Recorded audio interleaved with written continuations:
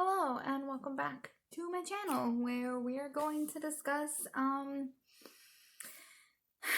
unfortunately we're once again, because he's back in the news for being himself, we're going to discuss Gregory Jackson, James Jackson, Onision Jackson, whatever you want to call him, whatever he's deciding to go by these days, because you just never know with him. I really don't like this topic. I really don't like Onision, but as he continues to crowd and be in our sphere and just be all around gross, I'm gonna keep reporting on him. And let's start off with what was happening a couple of months ago.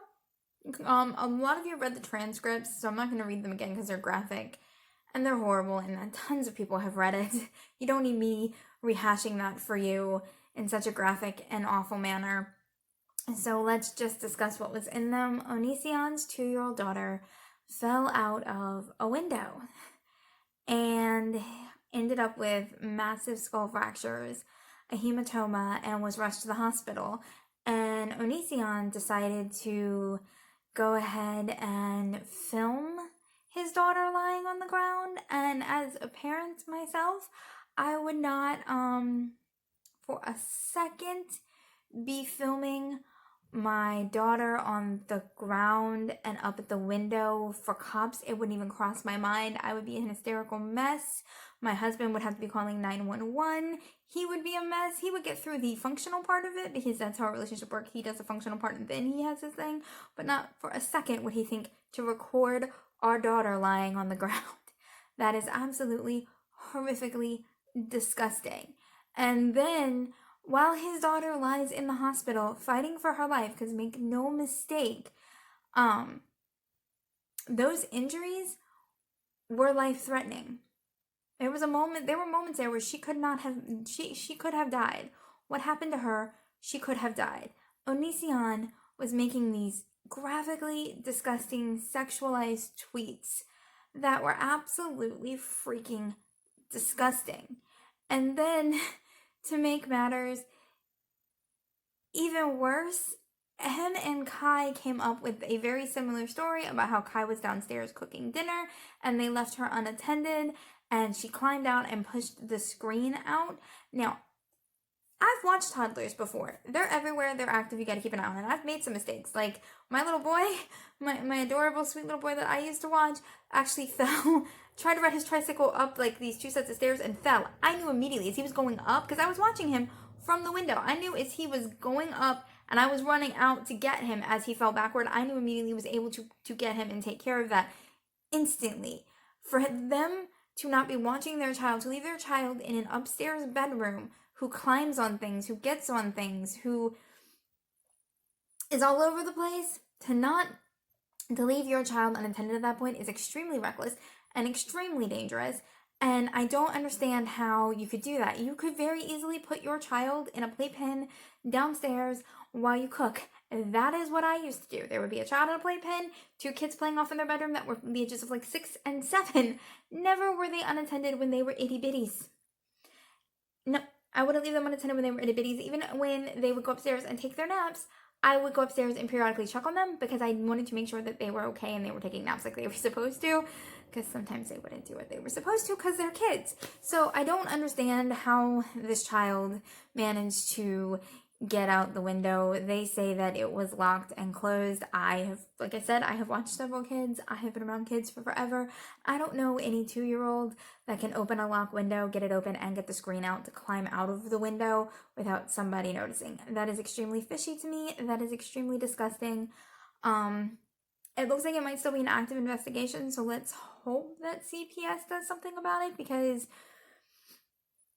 no. And let me remind you something that no one else has seemed to have put into the equation. Onision just, 2 years ago, right after his daughter was born, was willing to sign custody of her away and never see her ever. So you can't convince me he entirely gives a flying frack about his kids. This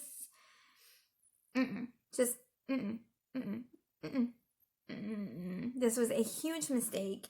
The fact that when Chris Hansen showed up with all of the info, and he said that there was a bunch of cameras and stuff. You can't tell me that it was not a camera that caught that little girl falling out of that window.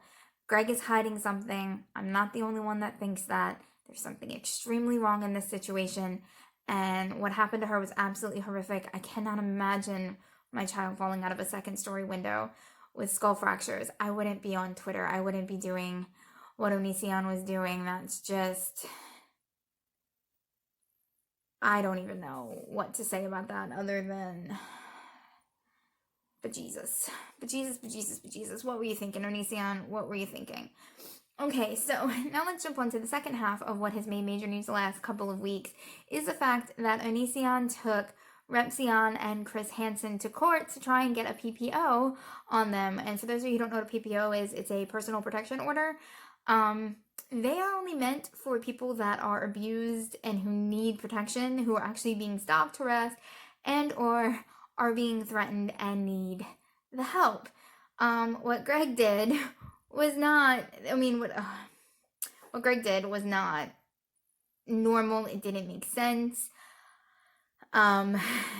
Yeah, so he filed for PPO on Repizion and Chris Hansen, and he tried to say that he was in danger and being stalked by Repizion for the past 10 years. Repizion has only had a YouTube channel, from what I understand, for the past 10 years, and has only been reporting on Onision for 8 of those. So there were 2 whole years in which he had no idea that Onision existed. In fact, most of us have no idea Onision exists until he, unfortunately, is blasted into our sphere. Or at least for me, I had no idea he existed until he was, unfortunately, blasted in my sphere with the whole Billy thing.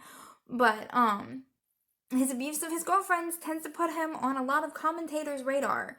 So there's that. Then there is the fact that he served Chris Hansen for showing up at his house.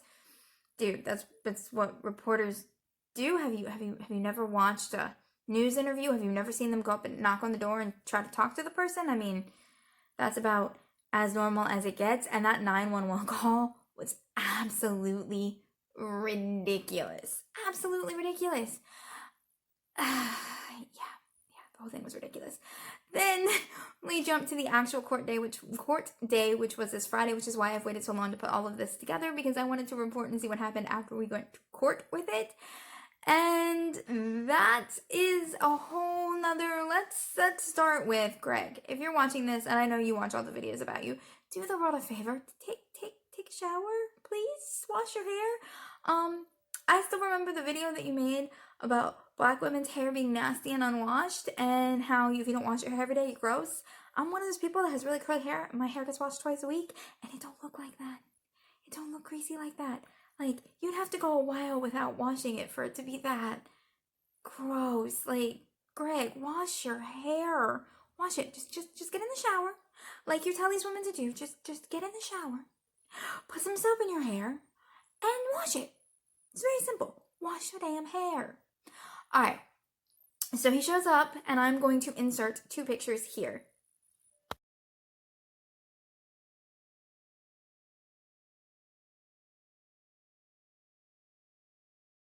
Okay, so now that we've looked at those gems, the 2 lovely Onision pictures that just scream, meme me?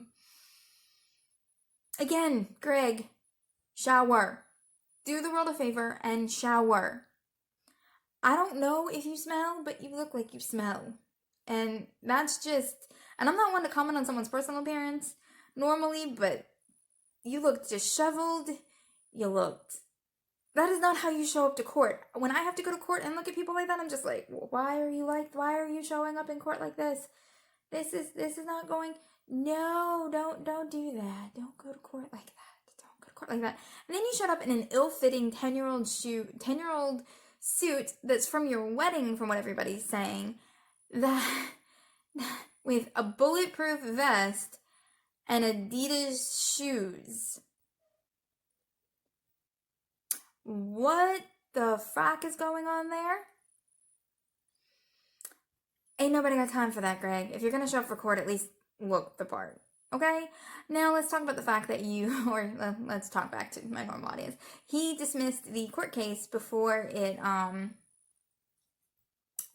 even got there, like he dismissed it and didn't let Repizion know and didn't let Chris Hansen know. In fact, he even served the wrong Chris Hansen, which shows me that he's not taking this seriously. To me, it seems like he's trying to bury them in legal fees. Like, he's covering himself, so he only has to cover, like, the paperwork. And then he has to, I don't know, just the paperwork and filing stuff. I mean, that's a couple $100. So he doesn't really have to cover that much.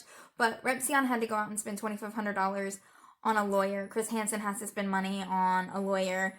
And they have to show up to court because a PPO, if for what Repizion wants to do with his life, a PPO follows you. A personal protection order, I'm pretty sure, turns up on a background check and will follow you. So that's not something you need in your background. That's just, it's really, really, really, really bad. So he had to take it seriously. He had to go in. He had to go with a lawyer. And he was out $2,500. He got a GoFundMe and made way more than that. But still, it was set up to financially hurt him. And I think that he's going to pull kind of a Scientology kind of thing, where his whole goal is to bury you in legal fees. Like, he's going to file a lawsuit and dismiss it, file a lawsuit and dismiss it, file a lawsuit, do this, do that, just bury them in legal paperwork, trying to get them to stop. Because if they can't afford to continue to make videos on Onision, they won't make videos on Onision, because I really do think he's starting to feel the pressure. He's starting to feel like, hey, yeah, I'm going to jail, so I should probably, cover my evidence a little bit. It was very, very, very, very weird.